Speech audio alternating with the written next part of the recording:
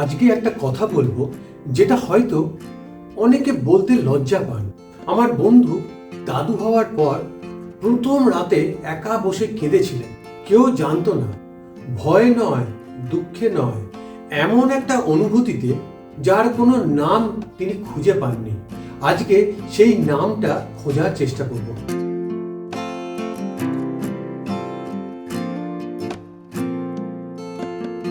আচ্ছা, আপনাকে একটা প্রশ্ন করি, জীবনের কোন মুহূর্তটায় আপনি সবচেয়ে বেশি কেঁদেছেন? বিয়েতে, সন্তান জন্মের সময়, নাকি কোনো প্রিয়জনকে হারানোর পর? আমার বন্ধু রোহিত ভাই বলেছিলেন এই তিনটের কথাই তার মনে আছে, কিন্তু এই তিনটের কোনোটাই তাকে ওইভাবে ভাঙেনি যেভাবে ভাঙলেন যেদিন প্রথমবার তার মেয়ের কোলে একটি ছোট্ট হাত নড়তে দেখলেন। সেই হাত তার কাছে পৌঁছে দেয়নি রক্তের টান, পৌঁছে দিয়েছিল সময়ের এক অদৃশ্য নদী।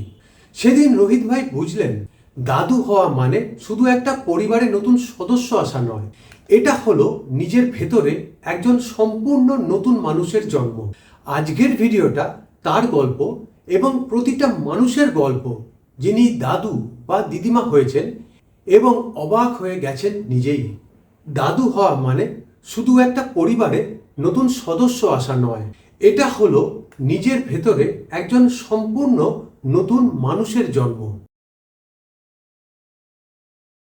রোহিত ভাই ভেবেছিলেন সন্তানের সন্তান আসবে, সেটা তো খুশির কথা, একটু আনন্দ হবে, মিষ্টি খাওয়া হবে, সবাই শুভেচ্ছা দেবে, ব্যাপারটা এইটুকুই।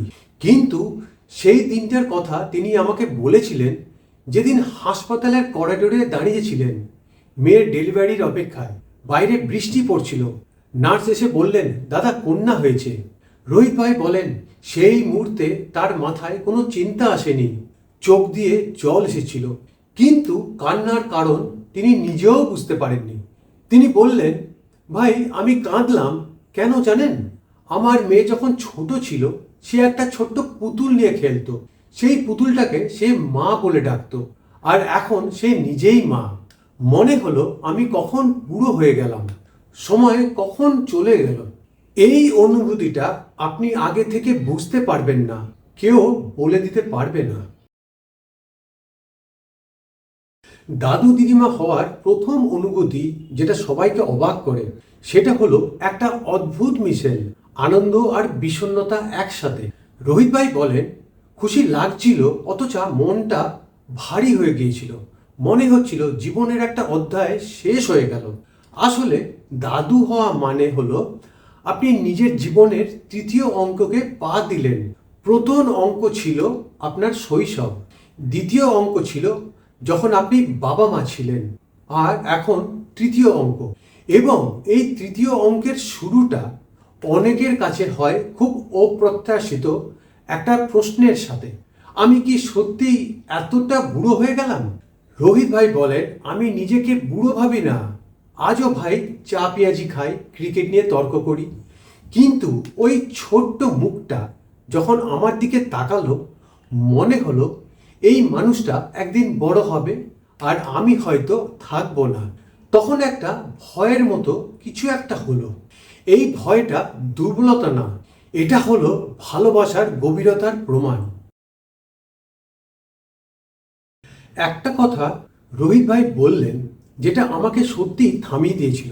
তিনি বললেন ভাই বাবা থাকতে আমি অনেক ভুল করেছি, ছেলে মেয়েরা ছোট থাকতে আমি অফিসে বেশি সময় দিয়েছি, অনেক সন্ধ্যা মিস করেছি, অনেক জন্মদিন ভুলে গেছি, কিন্তু এই নাতনিটাকে দেখে মনে হচ্ছে এবার একটা দ্বিতীয় সুযোগ পেলাম, এবার আমি সময় দেব, এবার আমি গল্প বলবো, এবার আমি সেই দাদু হব যে দাদু আমার ছিল না।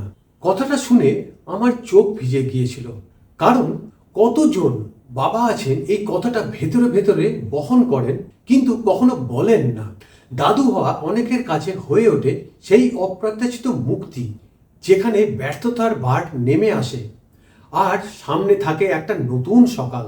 এই অনুভূতিটার কোনো নাম নেই, কিন্তু যারা দাদু হয়েছেন তারা জানেন এটা কতটা হালকা লাগে।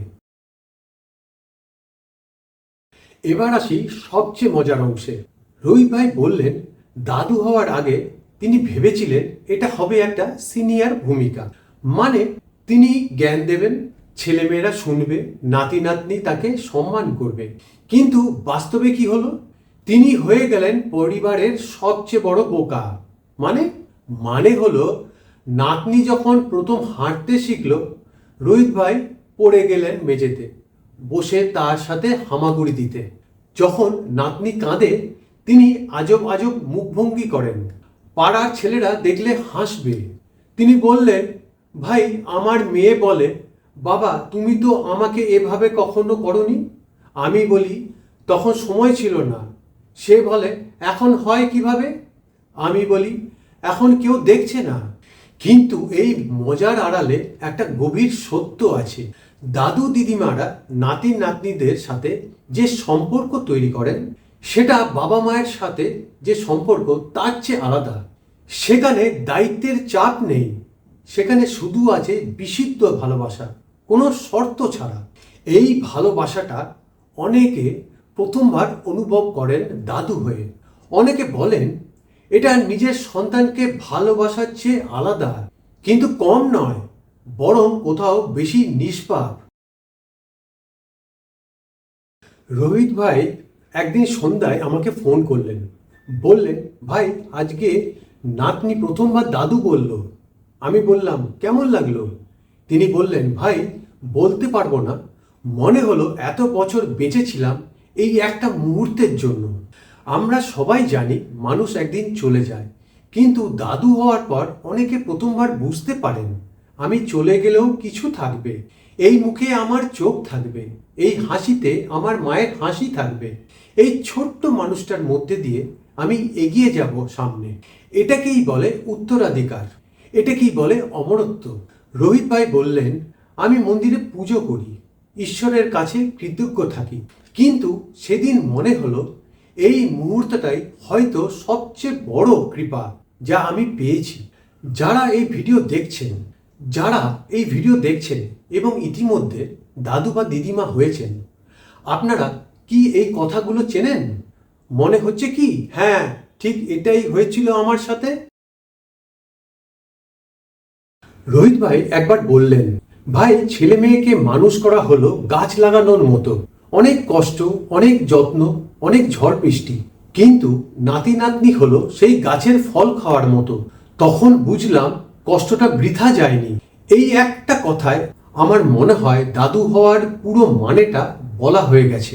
আমরা প্রতিদিন এত কিছু নিয়ে ব্যস্ত থাকি, ক্যারিয়ার, টাকা, সমস্যা, ভবিষ্যৎ, কিন্তু জীবনের সত্যিকারের মাধুর্য লুকিয়ে আছে এই ছোট ছোট মুহূর্তগুলোতে। একটা ছোট্ট হাত, একটা দাদু ডাক, একটা ঘুমন্ত মুখের দিকে তাকিয়ে থাকা। যারা এখনো দাদু হননি, অপেক্ষায় থাকুন, সময় আসবে, এবং যখন আসবে বিশ্বাস করুন আপনিও অবাক হয়ে যাবেন নিজেই। আর যারা ইতিমধ্যে এই পথে হাঁটছেন, আপনাদের বলতে চাই আপনারা ভাগ্যবান সত্যি। আজকের ভিডিও এখানেই শেষ, কিন্তু আপনার কাছে আমার একটাই অনুরোধ, নিচে কমেন্টে লিখুন আপনি কি দাদু বা দিদিমা হয়েছেন, অথবা আপনার মা বাবা বা দাদা দাদি যখন প্রথমবার নাতি নাতনি পেলেন তখন তাদের মুখের অভিব্যক্তি কেমন ছিল। এই গল্পগুলো শেয়ার করুন, কারণ এই গল্পগুলি হলো মানুষের আসল সম্পদ। যদি ভিডিওটা ভালো লেগে থাকে লাইক দিন, চ্যানেলটা সাবস্ক্রাইব করুন, আর কাছের মানুষদের সাথে শেয়ার করুন, বিশেষত যারা দাদু দিদিমা হতে চলেছেন তাদের সাথে। আমি আবার আসবো নতুন একটা গল্প নিয়ে। ততদিন ভালো থাকুন, সুস্থ থাকুন, আর আপনার প্রিয়জনদের সময় দিন।